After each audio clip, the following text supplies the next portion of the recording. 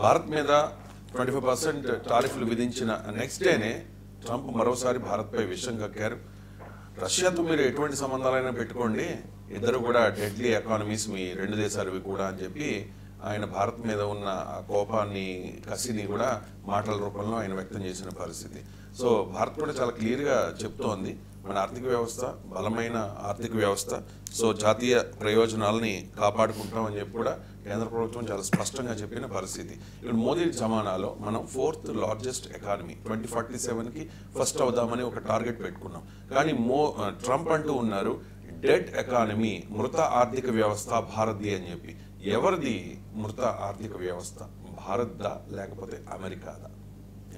Yes అండి, ఇప్పుడు Trump తన ట్రూత్ సోషల్లో చెబుతూ ఆ వైట్ హౌస్లో మాట్లాడుతూ ఇండియా రష్యాలు ఏం చేసుకుంటాయి, what India and Russia does, okay but they are deadly economies, ఇద్దరు కలిసి మునిగిపోవాలి, రష్యాతో పాటు ఇండియా కూడా ఒక డెడ్ ఎకానమీ, ఒక మృత ఆర్థిక వ్యవస్థ అన్నట్టు చాలా భయానకమైన కామెంట్ చేశాడండి. దాన్ని మన అపోజిషన్ పార్టీలో రాహుల్ గాంధీ గారు అంటున్నారు ట్రంప్ నిజం చెప్పారు, డెడ్ ఎకానమీ, భారత ఆర్థిక వ్యవస్థ మోడీ కాలంలో చాలా దిగజారింది, అది ట్రంప్ చెప్పేదాకా మనం తెలియదా, మనం తెలిసినా ఒప్పుకోలేకపోతున్నామని ఇక్కడ మాట్లాడడం. ఇప్పుడు ఇది ఒక పెద్ద ఇష్యూ అండి. ఇండియా డెడ్ ఎకానమీయా లేకపోతే అమెరికా డెడ్ ఎకానమీయా? మరి ఇండియా బ్రైట్ స్పాట్ అని ఇక్కడ ప్రభుత్వం చెప్తుంది. లేదు, ఇది ఇండియా డెడ్ ఎకానమీ కాదు, ఇట్స్ ఎ బ్రైటెస్ట్ స్పాట్. ఒక భారత ఆర్థిక వ్యవస్థ అనేది ప్రపంచ ఆర్థిక వ్యవస్థలో ఒక ధృవతార. IMF ఇవన్నీ దాన్ని నిరూపితం అవుతున్నాయని చెప్తుంది. ఇప్పుడు మనం చెప్పవలసింది ఏంటంటే అమెరికాతో పోల్చి ఇండియా డెడ్ ఎకానమీయా అమెరికా డెడ్ ఎకానమీయా? అసలు ఇండియా బ్రైట్ స్పాట్ అయితే ప్రభుత్వం చెప్పినట్టు మరి ట్రంప్ ఎందుకు అంటున్నాడు? ట్రంప్కి ఏమైనా అక్కసుందా?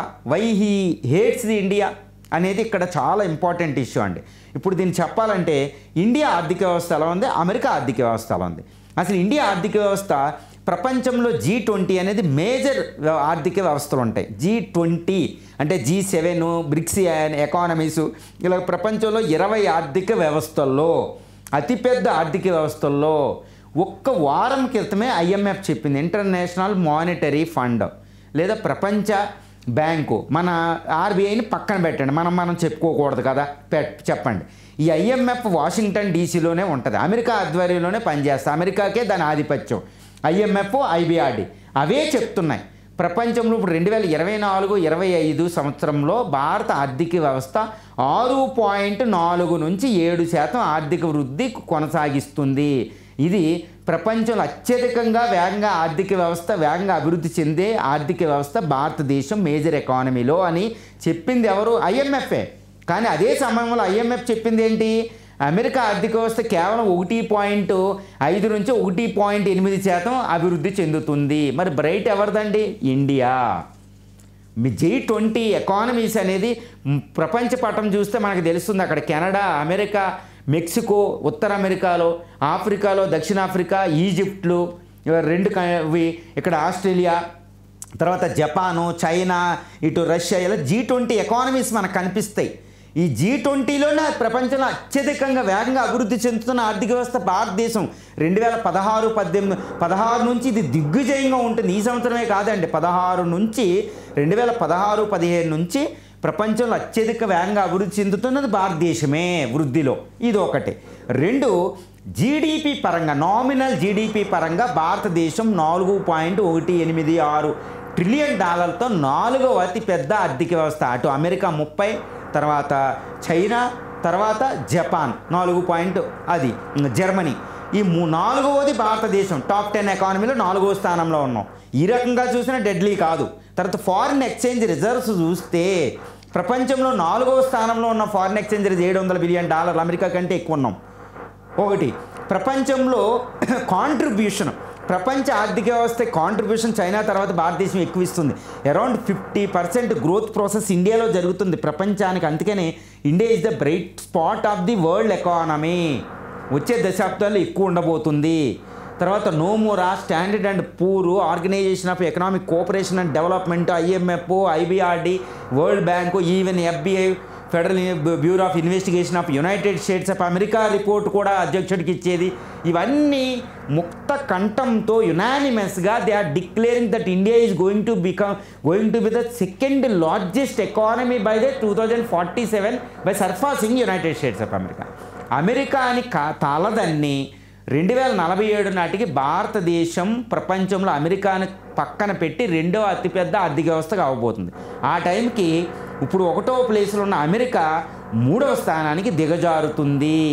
ఇది అసలైన విషయం. ట్రంప్ మాట్లాడింది భారత ఎలా దూసుకుపోతుందో ట్రంప్కు తెలుసు. ట్రంప్ ఆశావాది, ఓవర్ యాంబిషియస్ పర్సనాలిటీ. ఆయన సైకాలజీ చూస్తే ఎవరైనా నచ్చకపోతే వాళ్ళని భయంకరమైన పదజాలంతో దూషిస్తాడు. ఎంత దారుణమైన పదజాలం అంటే అంత దారుణమైన పదజాలం. మహాత్మా గాంధీని కూడా వదలడు, ఎవరిని వదలడు అతను. అసీం మునీర్ అంటే ఒక టెర్రరిస్టు, ఒక కొరకురాని, ఒక వర్స్ట్ ఆఫ్ ది వర్స్ట్ పర్సనాలిటీని ఆయన ఏమని పొగిడాడు? Is a good man, is a great man అని పొగిడాడు.